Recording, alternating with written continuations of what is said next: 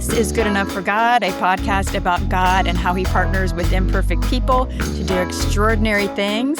I'm Dayna. I'm in my basement, and my guest today is doing some super extraordinary things with the Lord.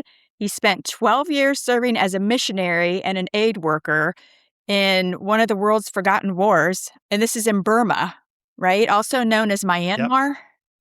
Yep. Okay. Exactly. David Small, welcome. You're my guest. So they've been in a civil war for over 75 years? Yeah, that's right, Dayna. Thank you for having me on the podcast. It's a big honor to share this time and space with you. And I love talking about Burma because, like you said, a lot of people have forgotten about it. And it's not something we hear in the news. But yeah, they've been basically since World War II. It's been some sort of conflict or another, but yeah, for the last 78 years, they've been having civil war. Most recently made bloodier in 2021 when there was the most recent coup that happened. Okay.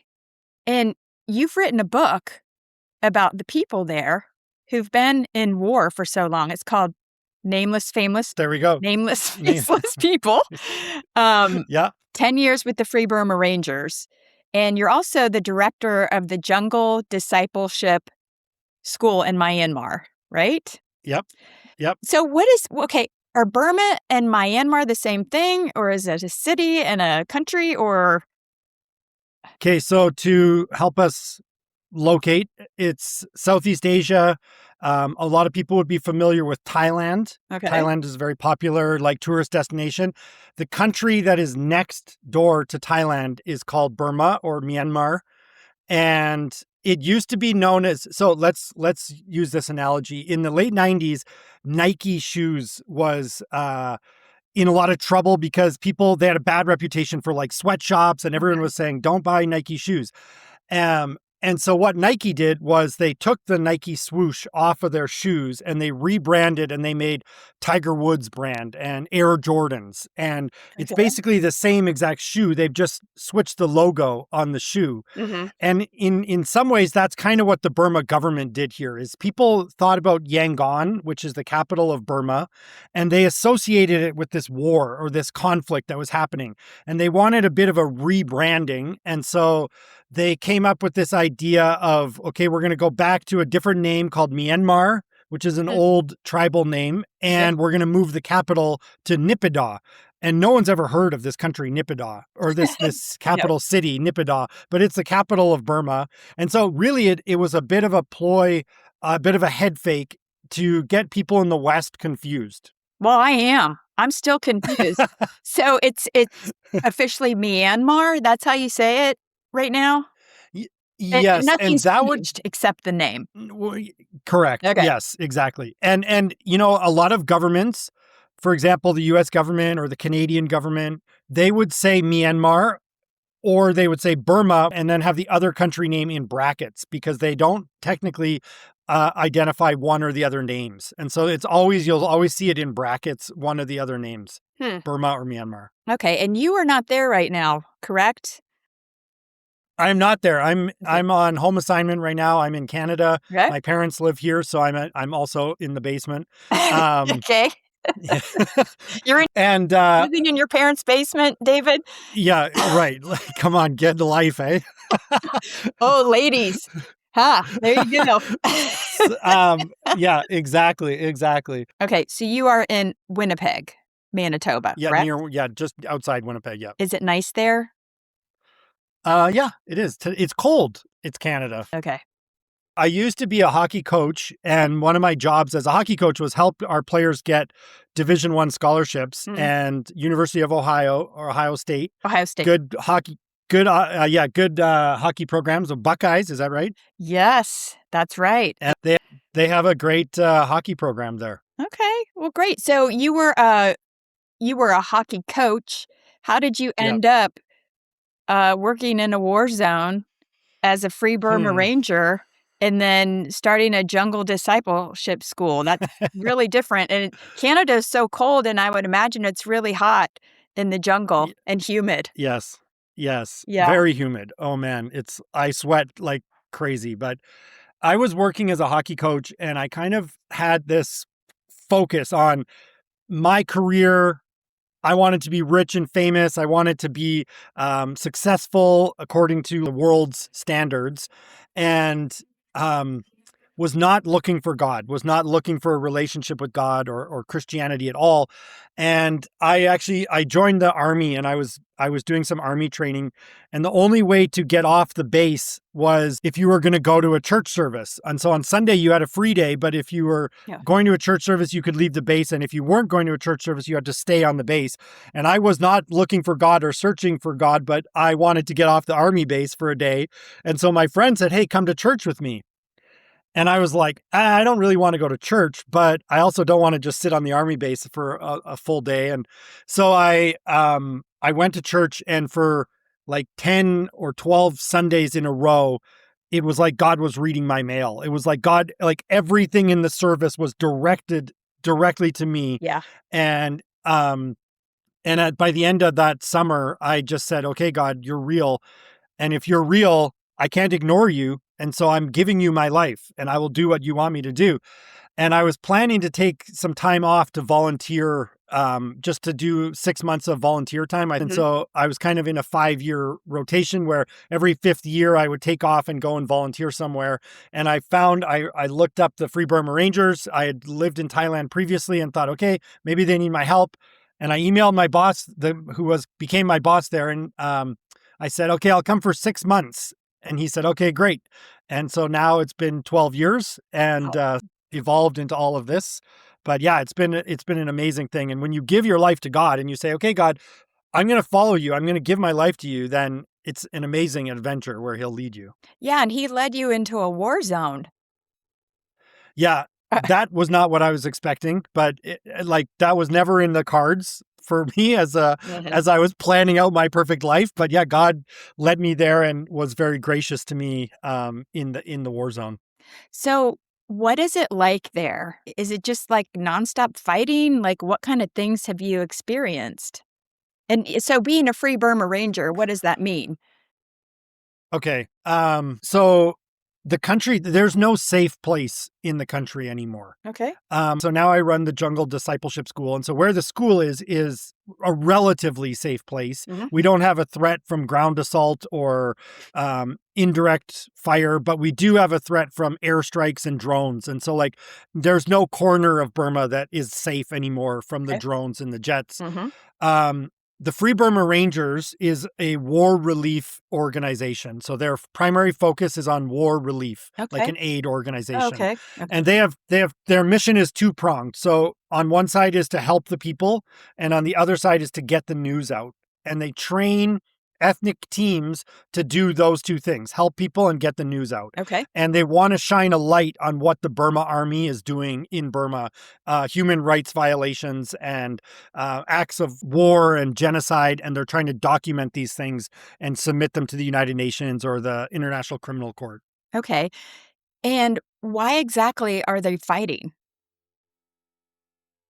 The kind of compressed version of this is Burma used to be a British colony, much like Canada is.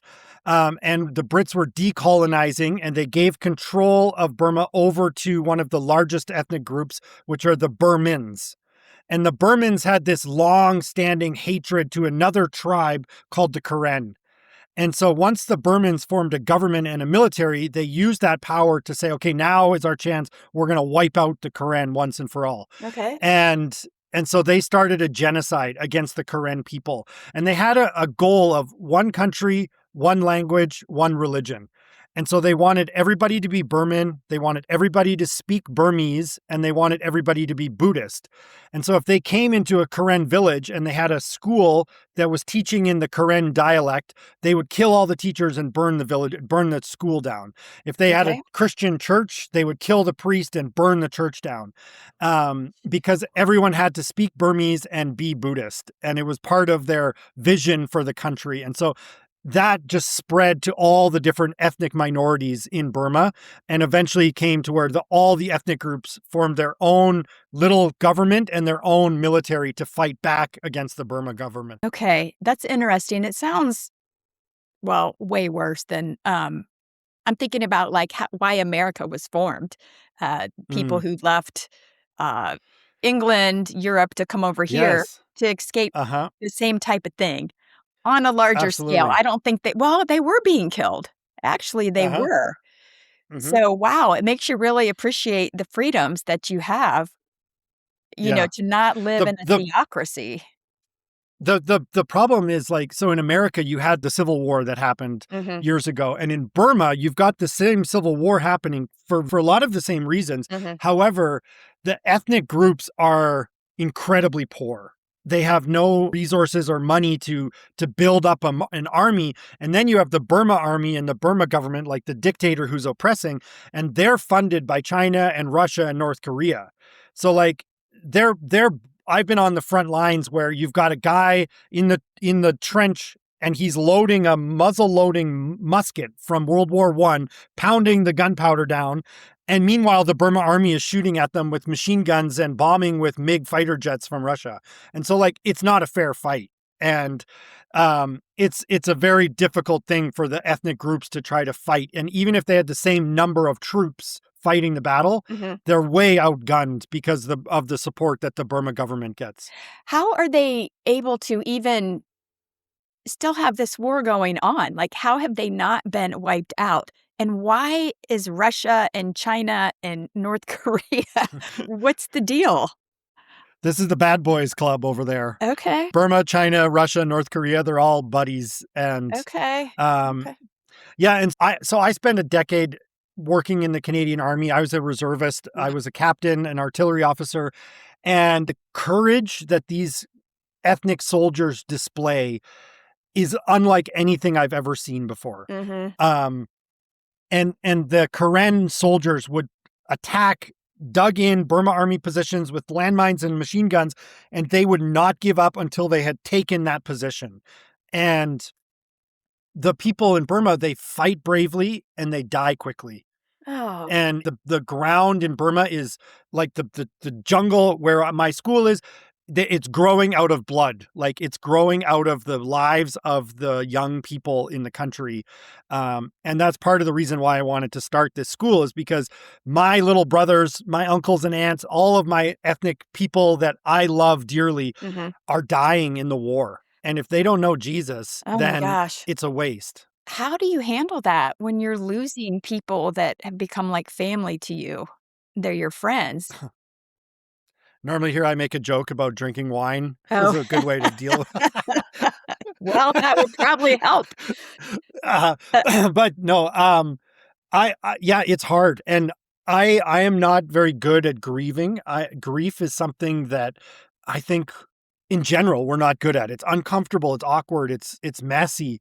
And I started to go every year when I come back on my homeless. I spend 2 months kind of fundraising and telling the story Mhm. in the summertime. And I start that by going to visit this group in Denver, Colorado called Restoring the Soul. Mhm. And they're a Christian counseling center. They primarily deal with trauma, but they also do other kinds of Christian counseling. Mhm. And they're like Jedi Knights. They're like amazing. Okay.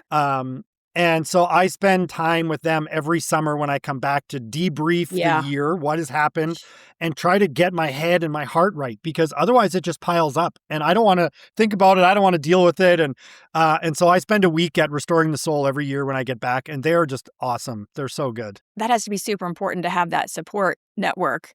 Mhm. And you're there for 10 months. Yes. Yeah. 10 months I spend in the jungle. How do you do that?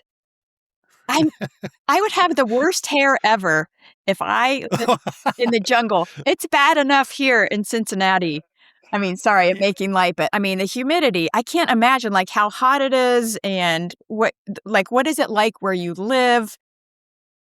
So when we moved on to the Jungle Discipleship School campus, it was just jungle. And the Okay. ethnic group that controls that area said to me, okay, go and spend the weekend, walk around the jungle and find the spot you like and you want to build your school, and take some photos and GPS locations, come back and show us. So that's what I did. And I found the spot and we moved on. And each student that joined in our first year got a hammock and a small tarp, and we would tie our hammocks in the trees or the bamboo and have a tarp over it. And in the morning, we would put a tarp on the ground, and that's our classroom. And then in the afternoon, we'd go and we'd cut bamboo and we'd start to build huts and shelters, bamboo shelters. And it was the biggest rainy season that they'd had in 40 years when we started it, of course. Okay. And so we were like literally 2 months sleeping in hammocks, rain all day, every day. And it was a bit miserable, but we slowly built our campus to what we have now today. Okay. It's still not perfect. Like we've switched some of our buildings from bamboo structures to wood. We got a chainsaw, so we were able to start to mill wood. And I live in a little hut like a wooden hut that has a leaf roof over it.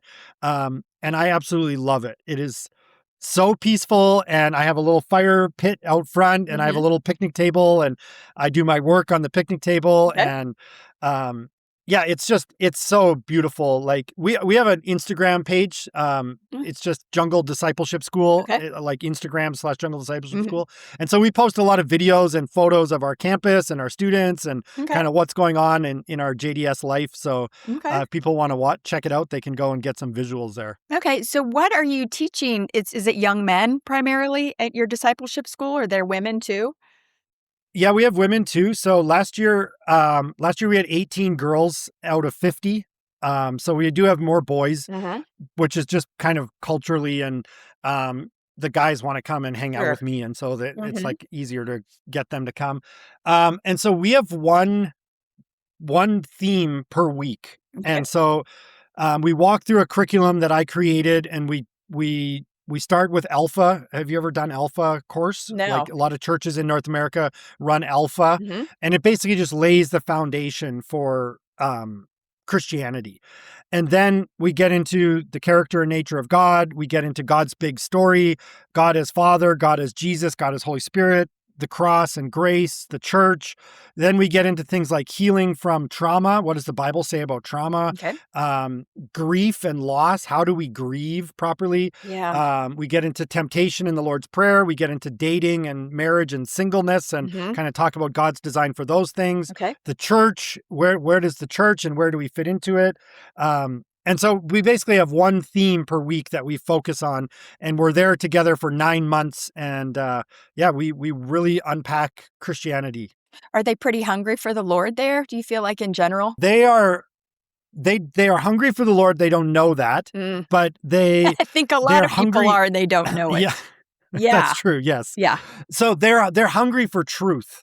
Like they have all recognized that the Burma government lies to them constantly, and their friends die beside them on the front lines.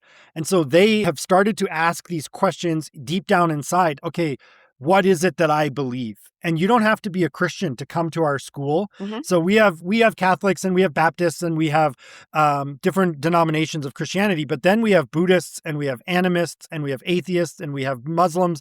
And as long as they're curious to know, can I actually have a relationship with the creator of the universe? Is that possible? And what is the Bible? Like, is this thing true or not true? What does this actually say? Yeah. And as long as they're willing to and curious about those things and willing to participate in all the classes, then they can come regardless of their religion.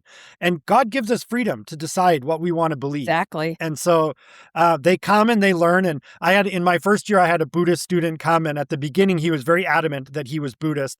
And then at Christmas time, he said, now I am a Buddhist Christian. Okay. And I said, oh, okay, good.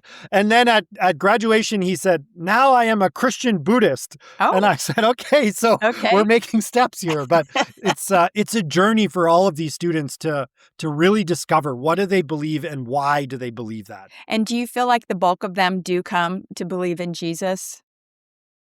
Yeah, I do. I think that the majority of our students either give their lives to Jesus or rededicate their lives to Jesus and then ask to be baptized. So part of our graduation ceremony every year is we do some baptisms, which is super fun. And our second year, so we have an optional second year for those students that have given their lives to Jesus. And I have a student now who said, I am not ready to give my life to Jesus, but I want to learn more. Can I come for a second year? Okay. And I really want to keep digging into this because I'm not there yet. And I Mhm. said, okay, that's fine. Like, it doesn't have to happen on my timeline, but I want to facilitate and build an environment where they can learn these things and ask hard questions and dive into it. And so I think, yeah, it's different for everybody, but the majority of our students come to Christ in the course of the school year. Is there hope that this war is ever gonna end? Or that Huh. they can win the war?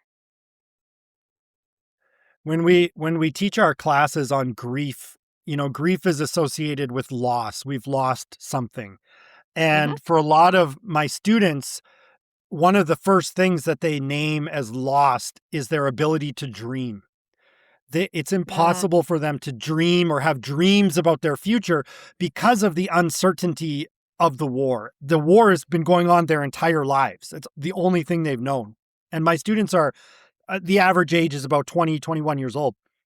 So kind of young mhm. adults, but they've given up on dreams. They don't, it's impossible for them to think like, I want to be a teacher, I want to be a lawyer, I want to be a doctor or a medic or a farmer, because all they can think about is, I have to survive. I have to help my family survive. And Yeah. is there hope? I think we're in a situation now with the current coup that happened. Um, I think there's no win for the dictator. um, I think the dictator will be killed, Oh, but I don't know when it will happen. It could be 10 more years. And even if the okay. army and the war stop tomorrow, there's still a decade of uncertainty and instability in Burma as the country starts to rebuild itself. So, your primary focus being there is not like winning the war. It's almost like you're winning the war on a spiritual level. Exactly. I was on a mission once, and we were with the Free Burma Rangers, and we were going into this very dangerous area, and we do kids programs and we do medical programs, and we shine a light on what's happening there, and we bring the gospel, and all of these things are good, and the medical program is good and the kids program is good. And I thought, you know what?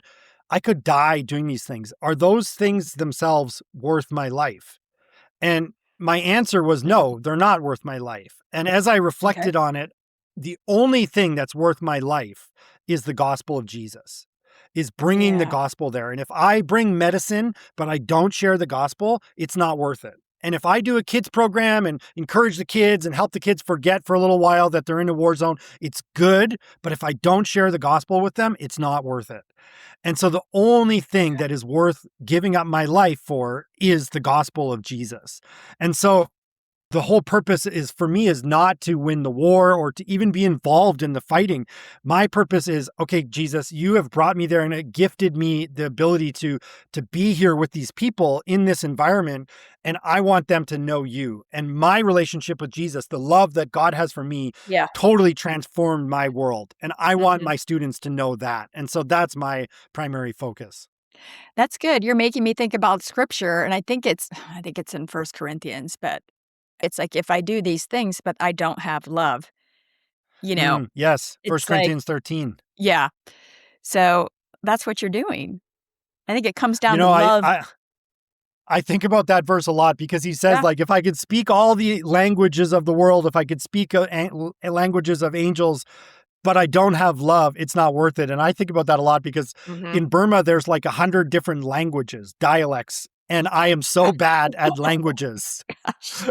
And so languages in my brain turn into like spaghetti, and it just kind of comes out as like a whole bunch of different languages. And Yeah. I just often think like, oh, if I could speak the language, I could get so much more done here. But that verse in First Corinthians, it says, if you can speak all the languages, but you don't have love, then it doesn't matter. You're just like a noisy gong. And I Mm, often think like, okay, I can go and help people. I can do these things, but if I don't do it with love, it's not right. And I noticed this in my own heart when I started with the Free Burma Rangers, is that there's part of my masculine soul that wanted adventure. And yeah. if I want to go there for adventure and not have love, it's not worth it. Oh, And yeah. so it's got to be the love of Jesus that I want to share with them, because that love totally transformed my heart and my life. And so that's what I want them to experience. Wow. Well, I love what you're doing. I really do. I mean, it's such a sacrifice, I think in your life, like you are single, right? It's hard to be married Yes. and take a wife that would want to go live in the jungle, for 10 Yes. months. And um, I mean, in your heart for these people, I think that's amazing. What are some of the biggest needs that you have there? I would imagine you need financial support. Yeah. Thanks for asking that Mhm. question. Yeah. um, so yeah, when I worked for the Free Burma Rangers for a decade, I had to just kind of take care of myself. And Mhm. when I was in Burma, I was using their money. Like the projects were all funded through their Okay. organization, and I never had to fundraise for the mission. Mhm. But when I left the Free Burma Rangers, I had like $1,000 in my bank account, and I had 30 students coming to say, "Hey, we're coming to your school," and I have to feed them and clothe them. And last year we had 55 students, and next year we'll probably be close to 60 students on our campus. Um, and yeah, it's a huge expense. Food is our biggest expense by far. We eat 400 pounds of rice per week. So like, Oh. yeah, it's a lot. It's a lot. So yeah, I Okay. definitely need financial supporters, monthly donors. Okay. I have a 501c3. And so like I can give you links, basically JDS, like Jungle Discipleship Okay. School, JDS.Asia, and then it'll say USA Giving or Canada Giving, and Mhm. then it'll give you the nonprofit links. Okay. And I need staff. And so Dayna, if you want to come and deal with spiders and bad hair days in the jungle, you're Gosh, sounds welcome to come and great. join us. Hmm. Well, if I were younger and single, maybe. I mean, Yeah. I got 2 Yeah. daughters, I've got dogs, I've got chickens. I have a million Uh-huh. excuses. But we do need staff. And so if there are Okay. like listeners or young people or Okay. people, maybe somebody thinks, oh, that person would love this kind of thing, they can forward this podcast episode to them. And Yeah. um, because I need discipleship teachers who can come and we'll build you a little bamboo shelter on our campus. Okay. And just to love my students, to like give that love of Jesus to my students, because that Mhm. melts their hearts and transforms their lives. Yeah. And so if anyone who's listening wants to come and join us, and I also need prayer warriors. I can do And so that. on JDS.Asia, we have a WhatsApp prayer group. And so sometimes we send out prayer requests. There's always something going on, malaria cases or whatever it might be. And so we always can use prayer warriors in there. Okay. There's a couple of things I can do for you guys. Okay. Without going out there. Um, That's right. That's right. okay, so you wrote your book. Tell me about your book. Yeah. Is it just about your So experiences out there? yeah, the book, it wasn't what I meant when I wrote it, but when I look back on it now that I've started the Jungle Discipleship School, Mhm. this book is really like a story of initiation. I didn't want to go to a war zone. I hate spiders. I hate snakes and scorpions Right. and then you add in like getting bombed and Oh, machine guns and all this stuff and I'm like, don't sign me up. And so I was a very timid, terrified young boy. hmm. And this book really is kind of my story of a good father who fathers me gently in the context of a war zone to become the kind of man that is ready to lead the Jungle Discipleship School or whatever God has for me next. And yeah, it's a story of kind of some of the behind the scenes work that the Free Burma Rangers does and the work that I did for a decade working with the Free Burma Rangers. And I called it Nameless Faceless People because we don't hear about people in Burma. No. And all of the people that I love, you'll never know their names. You'll never see their faces. And yet to me, they're like heroes. They're my family. I've been adopted into their tribe. I've been given tribal names. And I want to honor God, first of all, and I want to honor my friends in Burma and so that's kind of what this book is about. And yeah, it's been fun to write and share it. Yeah, and you sent me a copy. I just got it yesterday, and I stayed up all night, and I read the whole thing, and no, I didn't yet, but I'm going to. And I was just Okay. thinking about your name, Small. Like, it's kind Hmm. of, I don't know. It's like it's kinda not that they're small, but it looks small because people don't know about it, but it's so important Hmm. to the Lord. It's like Yeah. you leave the 99 and you go to the one, who needs it. Uh-huh. It's like that's kind of, like what you're doing and what these people are like there. Yeah, absolutely. And for me, the main feeling I have Yeah. about the whole thing is gratitude. Yeah. I am just so honored and thankful that God called me on this adventure. And if Mhm. God calls me to be a missionary or to love people in my own backyard, Mhm. across the street, across the city, or across the world, I will go. Yeah. I'm your servant, God. And so I want to encourage people like, okay, you don't have to come to Burma. Go Mhm. love people across the street. Yeah. Go love people down the road. Like, don't drive around that one area of town that you don't like. Yeah. Go there and visit and like say something to the people. And we can be missionaries and serve like that anywhere. Yeah. And I think that's a really important message. I think that sometimes as Christians, we can struggle to want to stay in our own Christian bubble. Hmm. And Jesus didn't do that. He went into those No. places, he talked to those people. So I If mean, if if God calls us, he'll equip us. Like if we yeah, feel that nudge, and that's often what it is for me. It's like that little annoying kind of nudge where it's like, I should probably go and pray for them, or I should probably go and like maybe I should say something to them, or I should give this homeless person $5. And yeah, I don't want to do it, but I know that nudge. I know that voice that yes. whispers like, and we have to tune our hearts over and over again 100 times a day to follow that nudge and to listen for that nudge. Yeah, and I think that once you do listen to that nudge, you start to hear the Lord more and more and maybe even a little bit Yes. louder, maybe? Yes. Yes. Yeah. Yep. Well, Absolutely. is there anything else you wanna talk about before we kinda wrap things up that we haven't covered? In we had a saying or like a motto that I just think is applicable Mhm. for us in the West, especially, and for myself. And it was a big lesson for me. But in the Free Burma Rangers, we had a motto: "Don't be led by comfort or fear." Ah. Oh, And gosh. every day, yeah, every day, we make a dozen different decisions. And if we start to pay attention to what is guiding our decisions, it's often comfort or not wanting to be uncomfortable, or it's fear. And so Almost if all we of them. remove, I know almost all of them, Oh, you're right. jeez. And so if we remove comfort and fear as decision-making criteria, it changes the way we make decisions. And for when I first started thinking about this, I was like, well, if I can't use comfort or fear, like what am I going to use? Well, Like that's what that's I'm getting ready to ask you. I was like, what else is there? Yeah. And in reality, you make decisions based on love. Oh, And okay, God, what do you want me to do? What is love going to do in this situation? What is the loving thing that will help me in this kind of moment?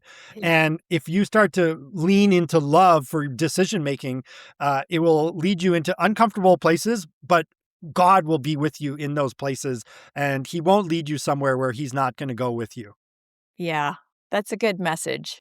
That's a great way to end our conversation, to Hmm. keep that in mind, and I'll be thinking about that a lot. I think for love, you would do just about anything. It's true. Yeah. Yep.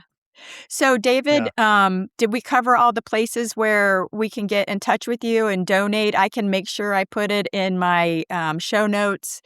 And Well, thank you. yeah, Yeah. and Yeah, so we have Facebook and Instagram. You okay, can just search Jungle Discipleship School. We're on YouTube, but not much going on over there. okay, Um, and yeah, jds.asia is how people can find the book. They can find the audio book. So jds.asia is kind of the link tree that'll send you everywhere. And but Dayna, it's been such an honor to like just share the space with you. Yeah, I'm just thankful that for the space and the time that you've offered here. And I'm just really honored to be a guest on this show. well, thank you for what you're doing, David. I'll be praying for you. Thank you so much. Next time, I'll be talking to Brenda Seefeld. She's the pastor of Larger Story Church. It's a community reimagining what it means to do church and connection a little bit differently. If you don't want to miss that episode, do me a quick favor and hit follow or subscribe right now on whatever platform you're listening on. And while you have your phone out, think of one person who needed to hear today's message and hit share. To stay connected between episodes, come find me on Facebook, Instagram, or LinkedIn by searching Good Enough for God. Until next time, I'm Dayna. Remember that God is good, and you are good enough for God.